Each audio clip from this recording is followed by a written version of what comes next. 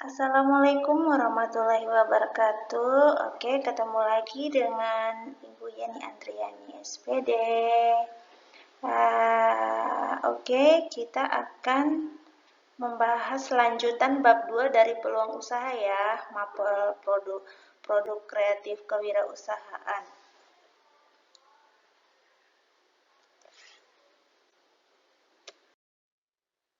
Oke, ini ada lanjutan dari bab 2 kemarin, yang G-nya itu adalah sumber peluang usaha. Nah, di sini Ibu akan menjelaskan untuk sumber peluang usahanya ini bersumber atau diawali dengan adanya ide atau inspirasi yang bersumber dari dua faktor, ada faktor internal dan faktor eksternalnya.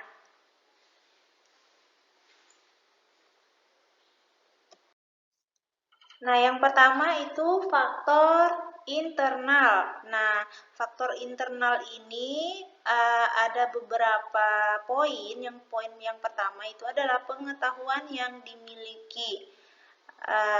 Dan yang kedua adalah pengalaman dari individu itu sendiri. Dan yang ketiga adalah pengalaman dari orang lain. Dan yang keempat adalah intuisi atau pemikiran yang muncul dari diri sendiri. Nah, untuk faktor eksternalnya itu ada beda lagi sama faktor internalnya. Nah, di sini kita poin yang pertamanya itu adalah masalah yang dihadapi dan belum terpecahkan, dan yang kedua kesulitan yang dihadapi sehari-hari, dan yang ketiga itu adalah kebutuhan yang belum terpenuhi, dan yang keempat adalah pemikiran yang besar untuk menciptakan sesuatu yang baru. Nah, di sini kita dapat membedakan faktor internal dan eksternalnya itu.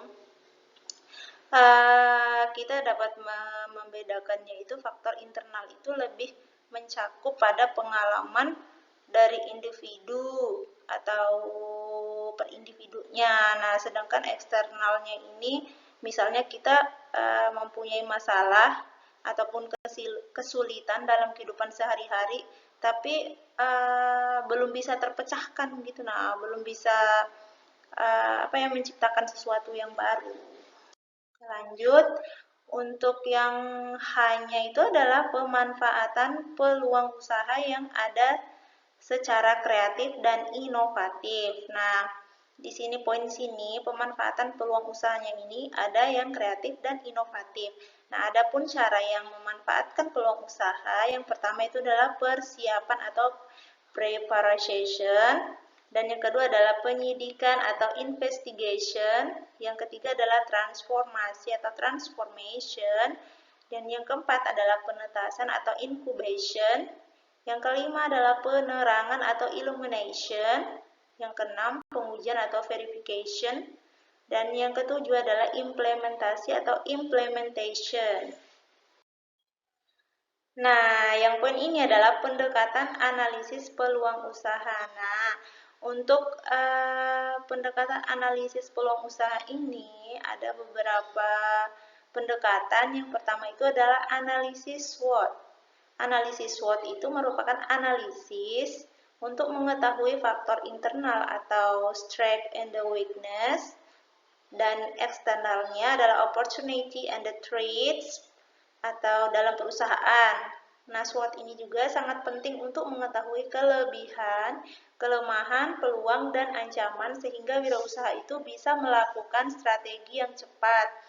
Nah, analisis SWOT ini digunakan untuk mengetahui yang pertama adalah strength-nya, yang kedua adalah weakness-nya, yang ketiga adalah opportunity-nya, dan yang keempat adalah threat-nya. Nah, ini adalah contoh gambar analisis SWOT ya. Di sini kita bisa melihat nomor satunya itu ada strategi agresif, memanfaatkan peluang dan kekuatan yang ada. Nah, yang kedua adalah strategi diversifikasi, dan yang ketiga adalah strategi turn around, and yang keempat adalah strategi defensif. Nah, untuk yang kedua, analisis peluang usaha yang kedua itu adalah analisis 5W plus 1H. Maksudnya what? what is the product. Nah, kita bisa menentukan what itu apa. Coba kalian cari apa itu what. Nah, what itu apa. Nah, produk itu apa gitu. Nah, untuk where berarti di mana lokasinya.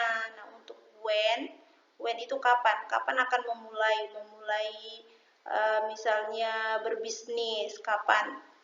Untuk why-nya, why itu mengapa memilih produk ini. Nah, kalau who itu siapa, berarti siapa orang yang akan terlibat di dalamnya.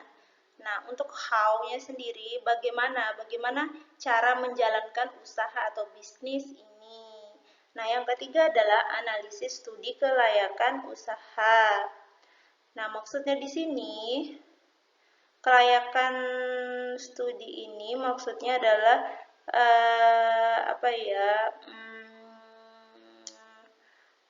untuk menganalisis layak atau tidaknya bisnis yang dibangun gitu. Nah, tetapi juga saat dioperasionalkan secara rutin dalam rangka pencapaian keuntungan maksimum dalam waktu yang tidak ditentukan. Misalnya, rencana peluncuran produk baru yang dimaksud studi kelayakan bisnis ini itu adalah manfaatnya itu dapat diperoleh dalam melaksanakan suatu kegiatan atau usaha. Nah, adapun manfaat studi kelayakan bisnis antara lain yang pertama, merintis usaha baru. Untuk poin yang pertama ini, otomatis kalau kita membangun atau usaha baru itu kan harus dirintis dulu, bukan langsung rugi terus tuh untungnya langsung. Pokoknya ada poin-poinnya atau step-stepnya. Nah, yang kedua, mengembangkan usaha yang sudah ada. Yang ketiga adalah memilih jenis usaha atau investasi yang paling menguntungkan. Nah, di sini untuk menjalani atau memulai bisnis itu kita harus memikirkan dulu jenis usahanya, terus investasinya itu yang paling menguntungkan itu biar enggak langsung rugi gitu. Nah, cari jenis usaha yang bagus, yang menarik, yang bisa menarik konsumen atau pembeli. Nah, adapun tahapan studi kelayakan usaha dapat dilakukan dengan cara yang pertama adalah tahap penemuan ide suatu produk. Nah, di sini kalau untuk membuat produk itu sendiri kita harus melalui kita harus memikirkan penemuan dulu, idenya dulu. Idenya ini bukan ide yang langsung pokoknya yang berbeda gitu. Nah, idenya misalkan ide dalam membuat suatu produk itu kan, misalnya kita membuat keripik. Nah, di situ kan banyak itu variannya, misalnya keripiknya terbuat dari apa. Nah, kan udah banyak itu, ada keripik singkong, ada keripik ubi. Nah, carilah yang berbeda dari pembuatan produk yang lain gitu. Nah,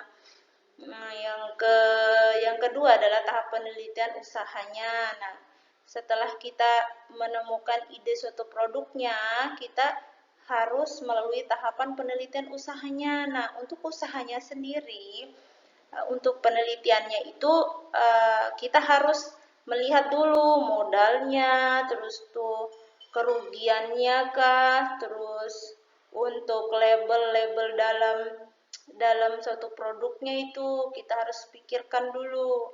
Nah, kalau yang ketiga adalah tahap evaluasi dan yang keempat adalah tahap pengurutan.